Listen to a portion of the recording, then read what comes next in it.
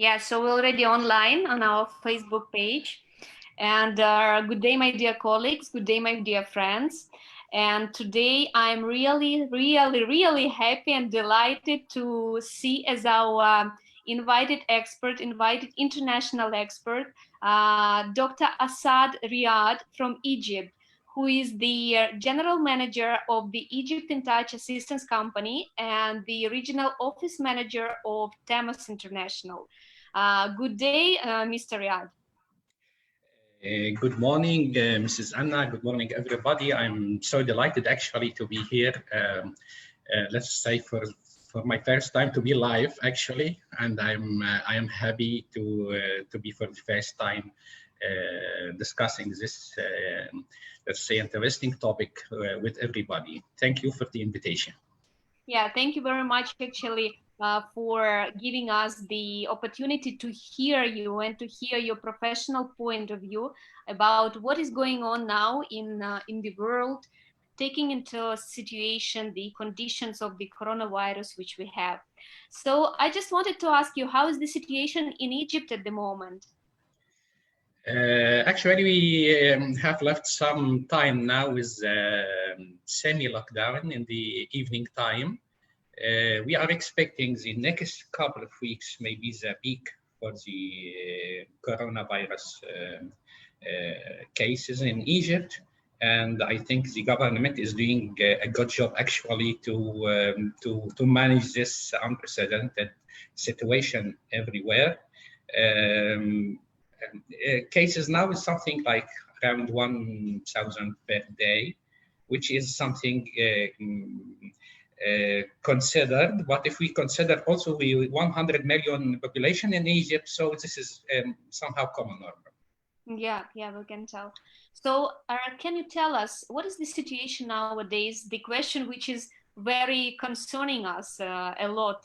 What is the situation now in the healthcare sector and in the wellness tourism sector in Egypt, and how actually the clinics in Egypt, in North Africa, and actually the Arab countries are dealing with this situation? Let me tell you something. This is something we never experienced before, not only in Egypt, but everywhere in the world. And it comes like just in a fast way that nobody even can prepare for that. Outpatient clinics here, especially those who handle cases with some patient exposure directly, like dental clinics, some cosmetics, surgeries, and so on, are closed for some time now. Only emergency cases can be handled in the hospitals. And of course, the priority now is to handle the situation of the infection with corona. So all of medical team now, and I think not only in Egypt, but in the Arab countries and all over the world, is somehow dedicated to handle the situation. We don't expect it to be just a short time. From our experience, I'm not a virologist, but just from some experience, this could be a first wave. We can have another wave in the winter time or more. I don't know. But till we have some clear and good medication or some vaccine, the situation will continue for some time. So people are suffering somehow from financial problems.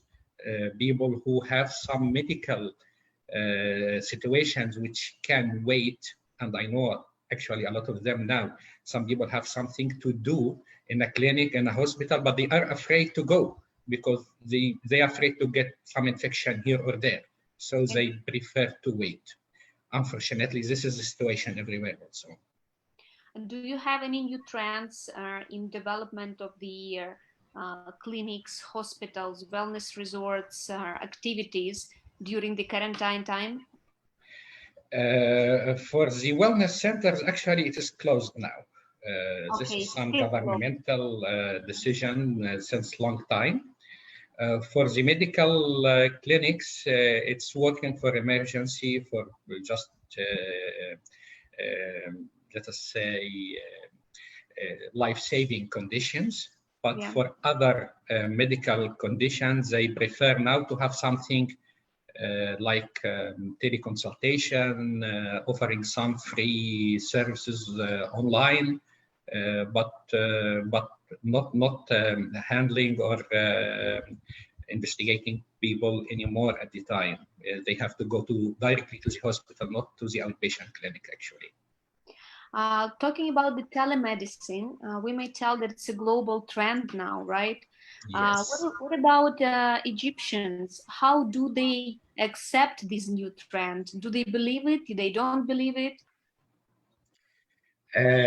At the moment, we don't have some regulations or a law governing this telemedicine. Doctors, especially last week, we have some good seminar also discussing online seminar, of course, discussing the regulations and what we need to do.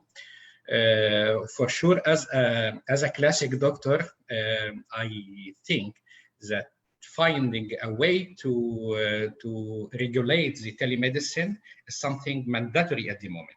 Even to define exactly what is teleconsultation, what is telemedicine, what is telehealth, what is the difference, what I can offer, what I cannot offer, what I have to insist to see the patient before I can prescribe any medication, and so on. So if we leave this field for no regulations, it will continue like a random procedure, which I don't like personally. Agree. So we have to consider that in the near future. And I think this will come sooner or later, because what is coming after Corona is something not like before, not like before. Right. Actually, talking about the clinics and hospitals, you as the representative of the TAMAS International in Egypt, how many clinics are accredited by TAMAS in Egypt? In Egypt, we have 3 hospitals. Right. One in Cairo, 2 in Hurghada, and also a dental center in Cairo, and a primary care clinic in some north city in Egypt called Port Said. This is just because we just started in Egypt, and people start to be more interested also to know about accreditation, about quality, because they are looking also to attract more international patients. Agree. Can we tell that accreditation of TAMAS has given some good benefits to this hospital during quarantine or in general? It depends on the customer himself or itself. If Yeah. he understands exactly what the accreditation means, what is the quality means for him, this gave him a good benefit, actually, how to handle this crisis, how to implement. Of course, he's already accredited for that, so he's implementing an infection control program. He can look for the safety, not only for the patients, but also for his employees. If he lost part of his manpower, he will not be able to continue. So it means for everybody that looking for safety, for infection control, for hygiene, for understanding of the different culture also in his own medical facility, can help him a lot to save money somehow, to save people, and to save patients. This is very important. I would tell that nowadays we're talking a lot about hygiene, about safety, about somehow making it stronger in hospitals, but in healthcare facilities, it has to be always, I would tell. It doesn't depend on the quarantine, not the quarantine. And in general, in our life, we have to be very protective with hygiene. Not only actually now in medical facilities, but now the tourism sector itself started to apply something like an infection control program inside hotels, resorts, airports, everywhere. So I think this will be, let us say, the tradition, the regular behavior, the future of everybody is to have a healthy attitude. even not like before, but more and more. So nowadays, already some hotels are opened in Egypt, right? Due to new regulations. Yes, we have something. If I remember, if I recall well, something like 25 hotels started to operate Mm-hmm. in the form of more national tourists. Some of them are international who are expat actually, but they are applying a very strict infection control and new regulations to give not only the feeling but the fact of saving for the patient, for the client. No, sorry, not the patient, for the tourists who are visiting the hotels. Yeah, and do you know already some, at least approximate dates when the Egypt will open the borders for international travelers and patients? Uh, I can't say. The expectation was something before like a middle of June, but Yeah, let us wait and see. Who knows? Who knows? true. This is the True. plan, but it could be a little bit later, maybe 1st of July. But till the moment, it depends on the development of the crisis, because at the end, safety first. Yeah, agree, completely agree. Talking about this period in general, can you tell that this period will somehow emerge new trends in healthcare, new trends in wellness tourism? What is your opinion? Okay, let me tell you something. The challenge now actually is for everybody, not only the medical situation itself, because we have faced a lot of infection, viruses, bacteria. We have diseases every day, and I think till the moment, uh, people died from another medical conditions are more than COVID-19. Okay. But the challenge will start again after this condition subside, which is the financial one. Especially those who are working in the medical and wellness tourism field, they will suffer because they are ready, but nobody are able to come. Because first of all, the decision to come is a governmental and a political one. If the airport is not open, nobody can travel. So we have Yeah. to wait. And when it opens, people have to take a decision because the cost itself of traveling will be more. The guidelines now is just suggesting that airplanes are not in the full capacity. They have to make more restrictions, fast or rapid tests, and some more regulations, more time. So the cost of traveling itself will be more. And then people are staying home now for 3 months, I think, and they don't have money. And if they have money, they think again to spend it in traveling or to keep it like a reserve for the condition and situation. So it is a real challenging condition we have all to face. In my opinion, a lot, a lot of clinics and small entities will not be able to cope with that, especially if they open only for medical tourism. If they are not focusing on the local market, they will face a problem and they can shut down. Yep. My advice, if I can say my advice now, it is a time of merge. It is a time that we unite together to support each other, to offer something like a complete program between medical facilities and touristic facilities, and everybody has to put hands together. Agree. And I think also the very important question for to have an answer now, if the patient doesn't come to me, what I have to do? Again, I was calling for that for a long time, but now it is the time. Go for them. If they can't go for you, go for them. For them. You don't have to open a branch, but you have to make something like an affiliation with a local medical facility to transfer or to export your experience to them, to share benefits like financial benefits. It is something like, I will not say affiliation or franchise. No, it's not like this. It's something like okay, I have a good market in this country, but they are not able to come to me.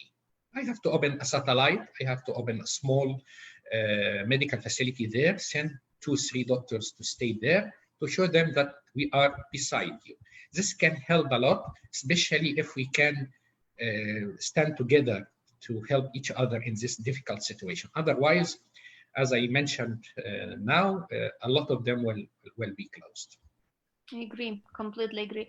And actually, talking about our colleagues who are the health tourism facilitators, the medical tourism facilitators, we understand both with you that for them the business stopped completely. They are not able to make the telemedicine or something like this, right? So maybe you have some suggestion for the facilitators. You know, what is better for to do for them at this particular half a year period, maybe to reorient somehow, to find new niches of business development or something. Okay, I can understand their situation because this is their main business, and they are really again suffering some situation which nobody knows exactly when it will subside. But my opinion at that time that a lot of people, even everybody now, is having a lot of time on social media. It's a time for them now to start building their brand, they're building their niche, start to have something like, if it is not a teleconsultation, it could be something like a webinar, some discussion, some introduction to their network. They can invite somebody, some doctors from their network to be online every week, every day, to introduce them to their clients. So people will, as we always say, they trust them, love them, and when it is they are able to buy from them or to go, they will choose them, because nobody will remember you if you disappear during this difficult period. Oh yeah, completely agree. Especially now, then every day we have a tons of information, right? And it's very difficult to differentiate ourselves. Actually, you gave a very good advice due to the affiliation or branch offices in other countries, and go and take those clients in other countries. And talking about Egypt, actually, where the travelers from Egypt and North Africa actually go for the purpose of the medical tourism, and who is coming with the purpose of medical and health tourism to Egypt? Okay, let us start with the first part of the question. Egyptians are traveling to Europe most of the time, and USA, and of course UK as a part of them, for some sophisticated treatment there. And this is just a minor sector of the people who are seeking treatment abroad. It's something like, okay, it is not the matter of trust, but it is the matter that, okay, I need to go to Europe to certain branded facility because somebody recommended it. Yeah,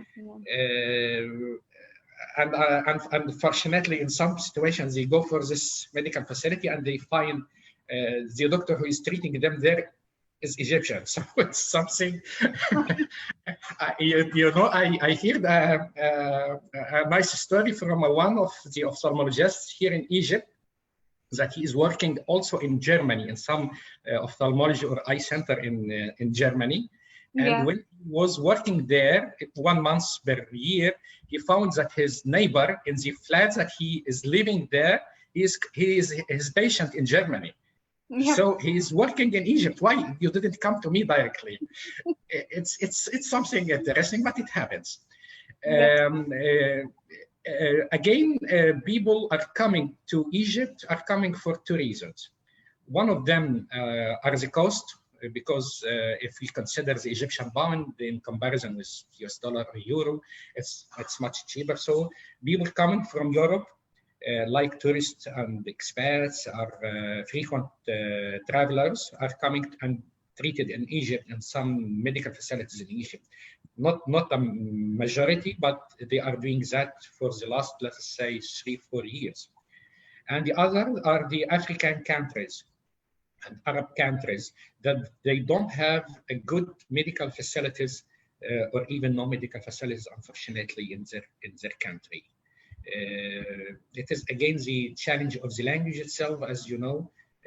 Some people prefer to go to where they understand me, not only the doctor, but even the nurse, the clerks, the housekeeping employees, everybody understand me, understand my language, I understand my religion, my traditions, and everything.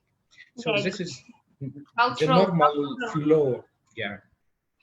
cultural understanding and the language barrier are very good obstacles, I would tell, to take into account, right, while thinking about where to go for the purpose of the medical and the wellness tourism.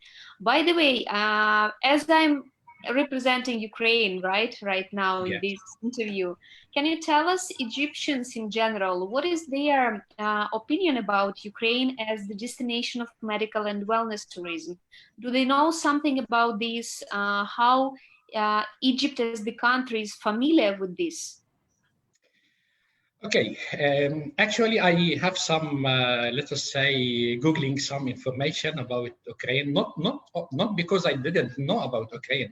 By the way, our regional or the manager of the office of Egypt and Touch in Cairo, has his medical degree from Ukraine, and he's married from an Ukrainian lady. Glad And to hear. so I know a lot about Ukraine, actually. Yeah. But for the health tourism, it's a rising star. Not on the top of 10 list at the moment. I Yeah. think you will do a good job. So next year they will be on the top 10. We'll try. But again, I will say something. Um, Not only Egypt, but many of the Arabic countries now are looking also to be something like a hub for medical and health tourism.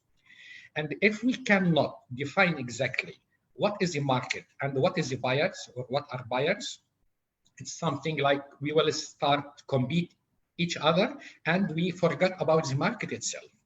I agree. And in these difficult situations, I prefer if you have countries around you have some poor medical facilities or poor medical system, and they can't travel by any other way except the airplane and the airport, you have to focus at the moment for that, because it is something like, okay, extra time but more safe. I can travel by my car, by fast train, and I can go and stay somehow safe. So this is the main focus at the moment. As I told you, in Arabic countries, they are not just looking for a good medical facility, but looking for going to brand it some places, just to tell everybody that I have been treated in Yeah. USA, I have been treated in France. So this is the main reason at the moment.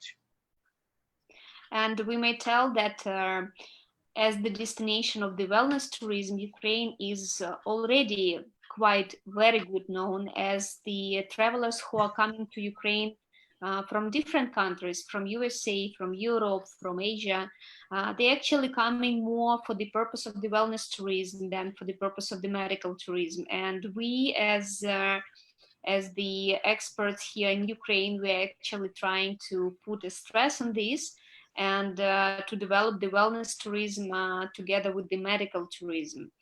And Yeah, sorry. Wellness tourism is something interesting, and it was a good, let us say, business in the last few months before the corona. Now I don't know what will happen. Actually, it could be a little bit in some recession, because you have to select some people who can afford traveling and staying and paying for that.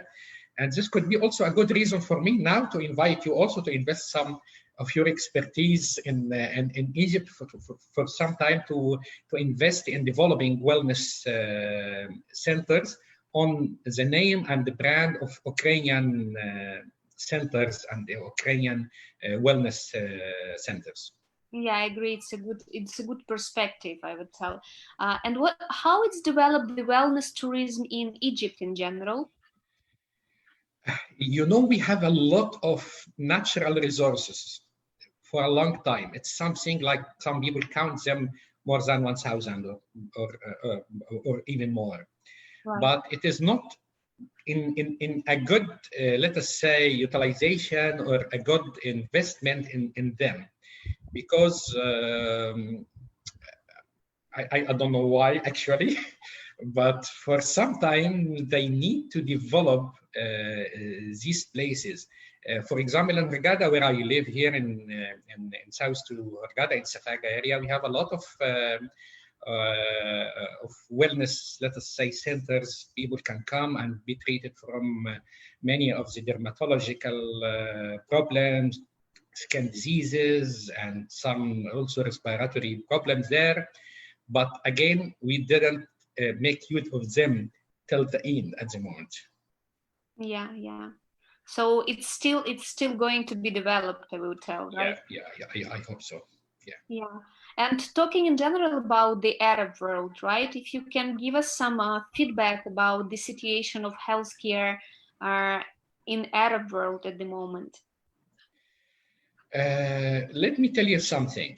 The medical system in all countries, including, of course, the Arab countries, has been challenged a lot in this crisis. Doctors, nurses, medical personnel, paramedics, the system, the communication, everything is under stress at the moment. I will not say that anybody can pass successfully from this, because even the developed countries has many crises, has many problems with that. But after that, we will start to find a new world with more investment in the medical field. We need a lot, not only in Arab countries, but everywhere now. We were not focusing actually on regular or normal needs for the medical services, but now we will have and we will need a lot of investment.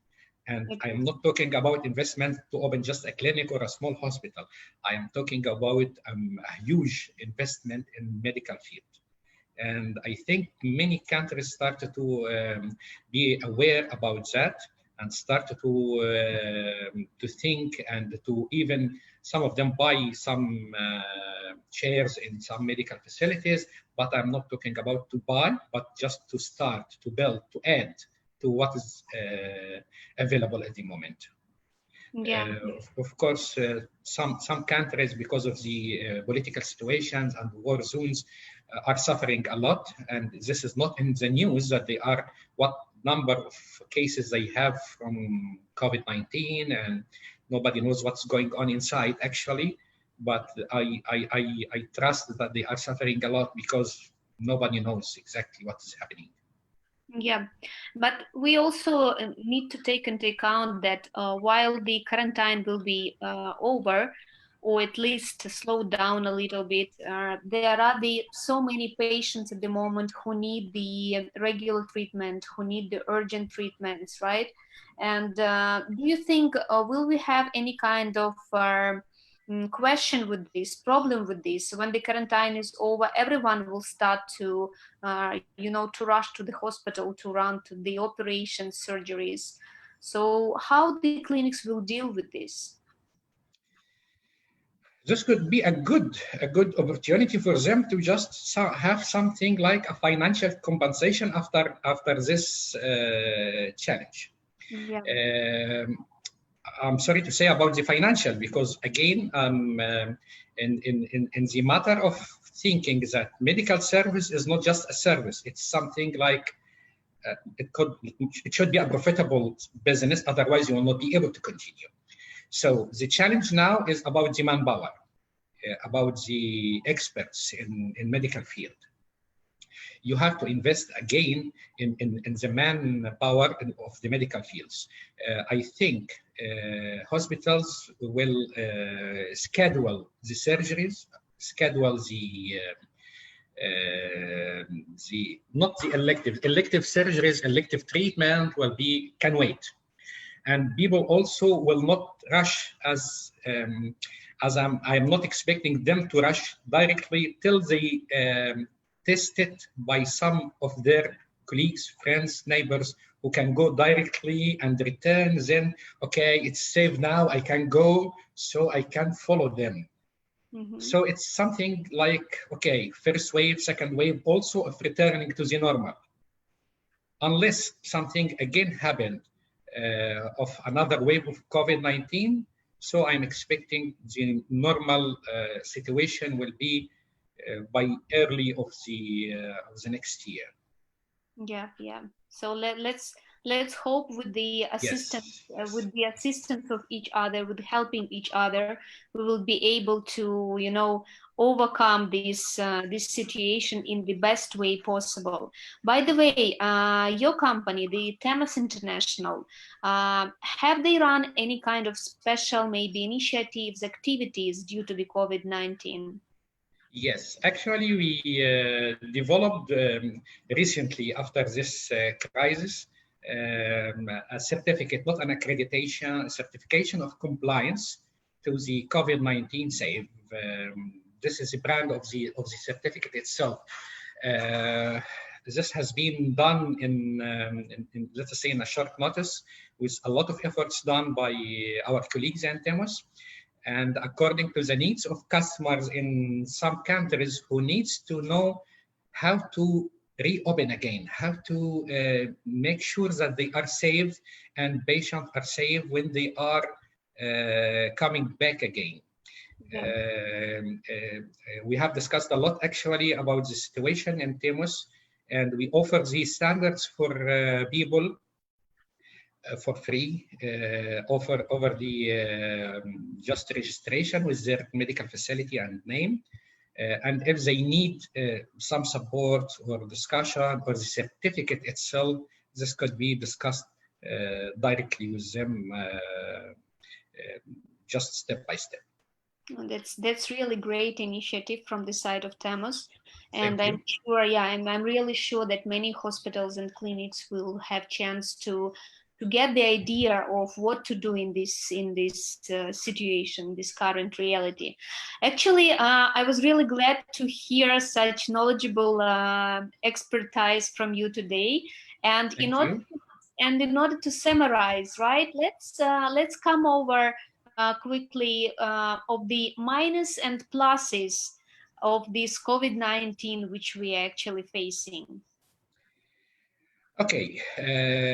Again, to summarize that, I believe that any crisis has some gains. Not everybody is losing.